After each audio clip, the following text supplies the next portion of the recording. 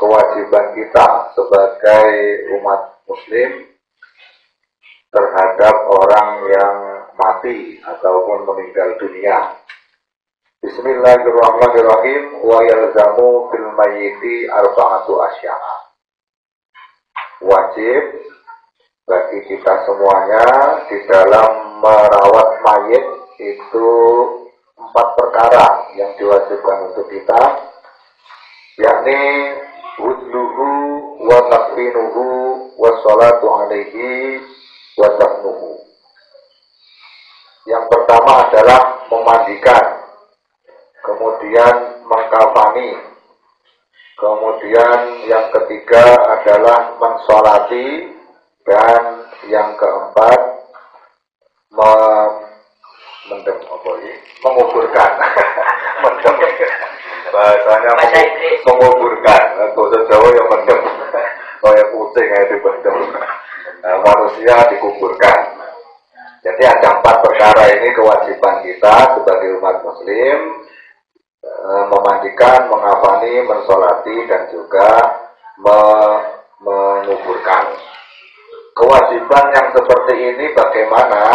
Wa yalzamu ala tariqi fardil kifayati. Maksudnya kewajiban adalah fardu kifayah. Maka di dalam sholat itu usolli ala hadzal mayyiti arba'at takbiratin fardu kifayatin, dibunyikan fardu kifayah. Dalam artian kalau satu desa kok tidak ada satupun yang merawat mayit, maka semuanya terkena dosa. Tapi kalau ada 1 orang minimal yang merawat mayit tersebut, 4 perkara tersebut, memandikan, mengkafani, mensolati, kemudian menguburkan, 1 orang dari mulai memandikan sampai ngubur ke kuat orang, gali kuburannya ini loh 1 orang. Lengkap. Jadi 1 orang berarti dosanya sudah aman. 1 desa tidak terkena dosa, itu fardu kifayah. Beda dengan fardu ain. Kalau fardu ain seperti sholat fardu, sholat 5 waktu, ya masing-masing dosanya, tidak ada urusannya dengan orang lain.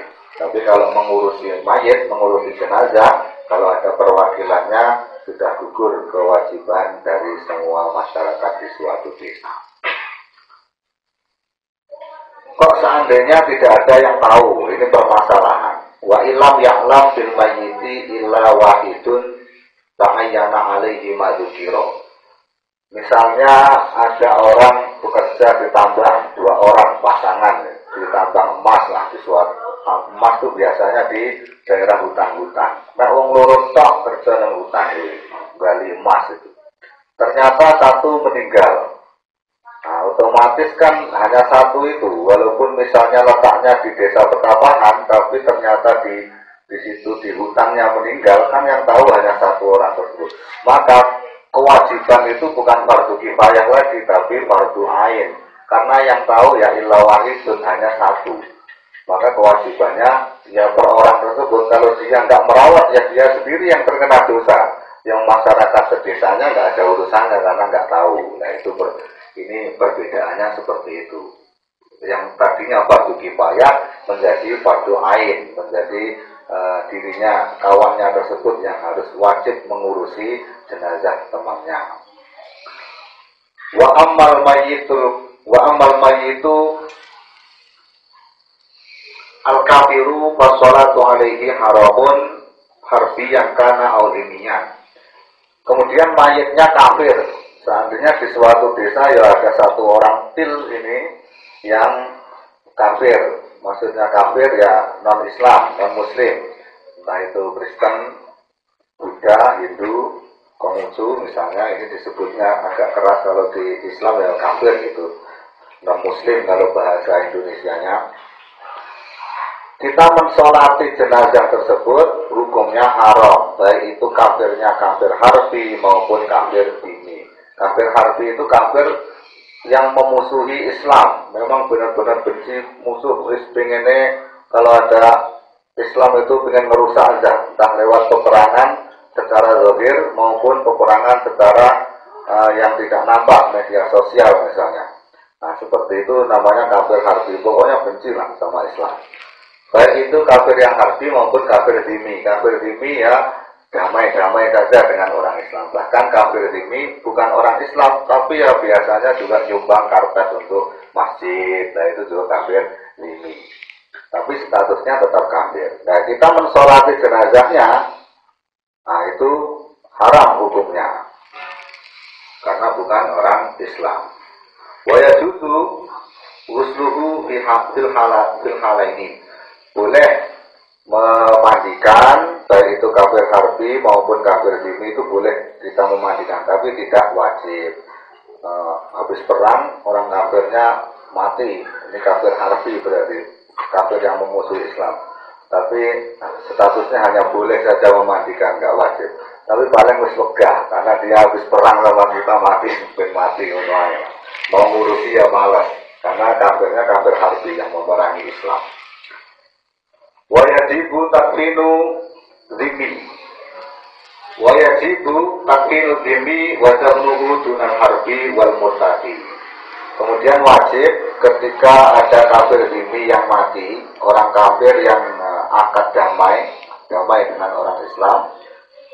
Ketika cuma ada satu orang seandainya di suatu desa kok terus mati, ya kita wajib mengkafaninya. Mengkafani hukumnya wajib, kemudian menguburkannya juga wajib. Dunal harbi, yang penting bukan kafir harbi. Kalau kafir harbi tidak wajib hukumnya. Wal murtadi, nah, orang yang murtad ini pun hukumnya juga sama dengan kafir harbi.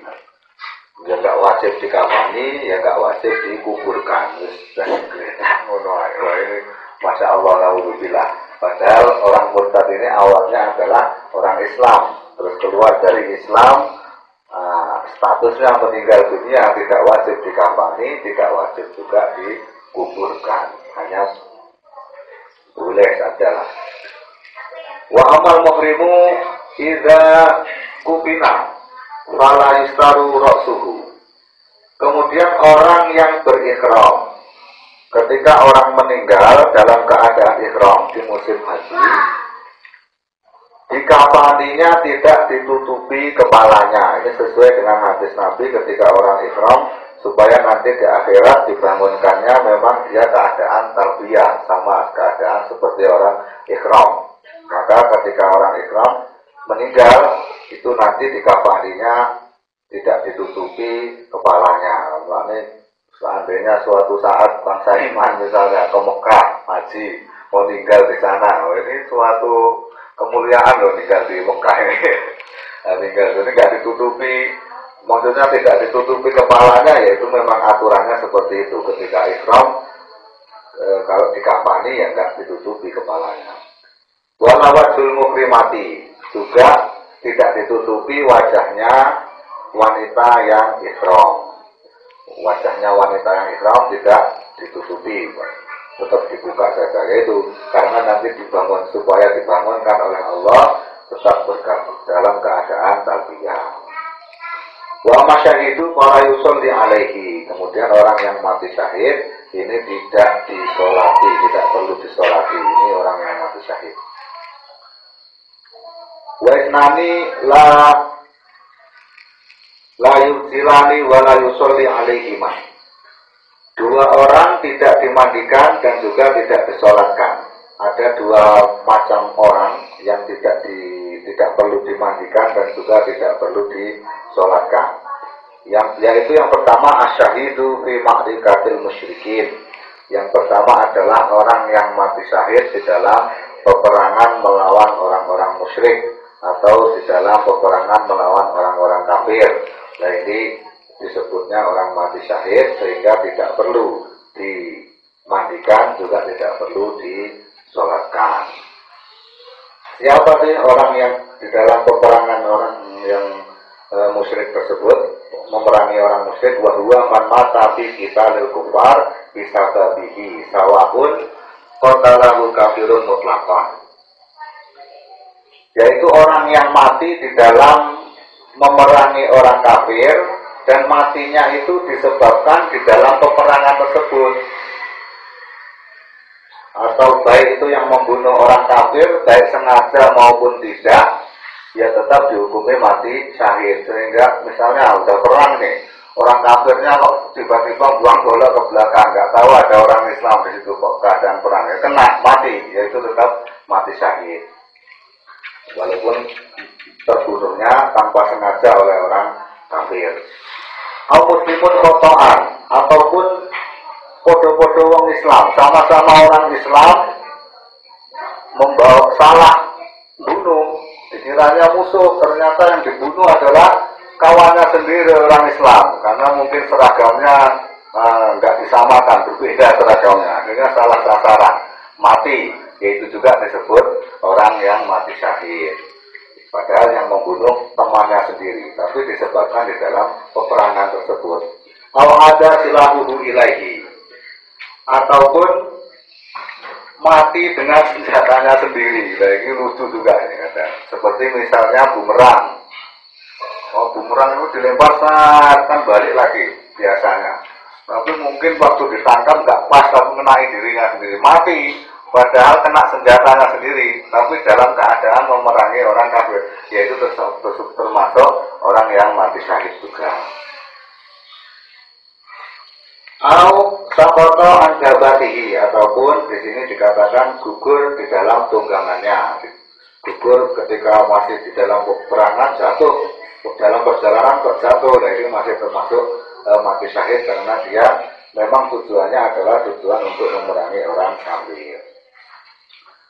Fa'in mata ba'da ingkidul ilkital bijiro hadibihi yaqta'u bimautihi minha faghairu syahidin. Jadi yang mesaknya yang ini, jika orang yang matinya itu setelah peperangan selesai, perang sudah selesai, tapi dia punya luka yang diakibatkan oleh perang melawan orang kafir, kemudian mati, tetanus lah misalnya, lama-lama mati, tapi matinya peperangannya sudah selesai, maka yang tersebut faghairu syahidin, tidak disebut orang yang mati syahid, maka hukumnya ya tetap dimandikan, juga disolati.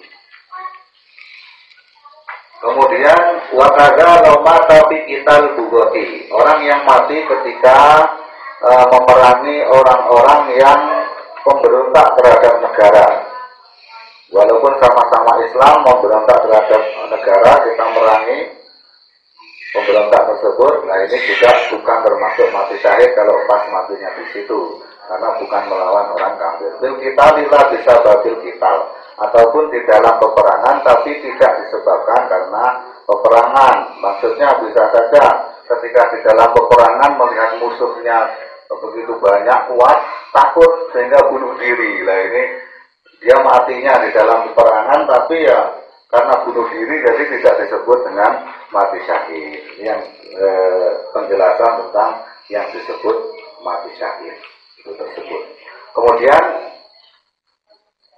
macam orang yang kedua yang tidak dimandikan juga tidak disolatkan adalah wasibtu alladzi lam yastahilla dzurikhan.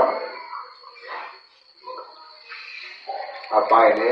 Bayi yang keguguran, yang tidak mengeluarkan suaranya, tidak keras suaranya, ba'id istahala sorifan au baka baumu kabiri, ketika dia keluar dari perut sehingga mengeluarkan suara, juga bisa nangis, maka hukumnya seperti orang yang dewasa.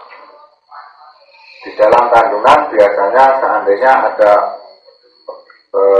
kalau mati di kandungan, begitu lahir kok nggak keluar suara, nggak nangis, nah berarti itu hukumnya sudah tidak dimandikan, juga tidak disolatkan. Tapi menurut Imam Nawawi, seandainya batasannya sudah 4 bulan ke atas, kan sudah ditiupkan ruh, berarti sudah pernah hidup, maka ketika lahir ya tetap wajib dimandikan, juga disolatkan. Ini kita pakai yang mana ini Pak biasanya?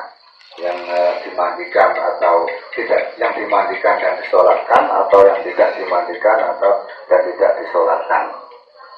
Dimandikan tapi tidak disolati, negara nangis. Negara nangis ya, tetap dimandikan. Tapi ada dua versi. Kalau menurut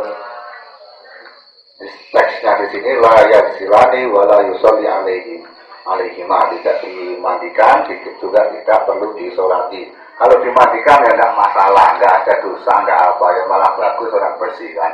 Maksudnya hukum asalnya kalau toh seandainya tidak dimandikan juga tidak disolatkan ya nggak masalah gitu, karena keluarnya memang nggak nangis, nggak keluar suara. Tapi begitu misalnya baru 5 bulan, bayi di kandungan 5 bulan keluar kok nangis, ya berarti hukumnya sebekal kabiri, seperti orang yang dewasa. Tetap dimandikan, ya tetap disolati, seperti itu. Nah, demikian tentang perkara merawat orang yang meninggal. Masih ada lanjutannya sebenarnya tentang merawat jenazah, tapi waktunya singkat. Ada yang pertanyaan kan Saiman? Oke. Nah, sopo gue sendiri mau India nih. Umur berapa itu dulu nikahnya? 2 hari. Umur 2 hari ya. 2 hari Nah, berarti kan mau udah hidup kan, masih sudah hidup. Ya, berarti sama kabiri seperti orang yang dewasa. Aku jaringan aku rada-rada lari, saya masih kecil waktu itu. Nah, mudah-mudahan dapat dipahami dan kita lanjutkan di pertemuan yang akan datang. Akhirul kalam, wassalamualaikum warahmatullahi wabarakatuh.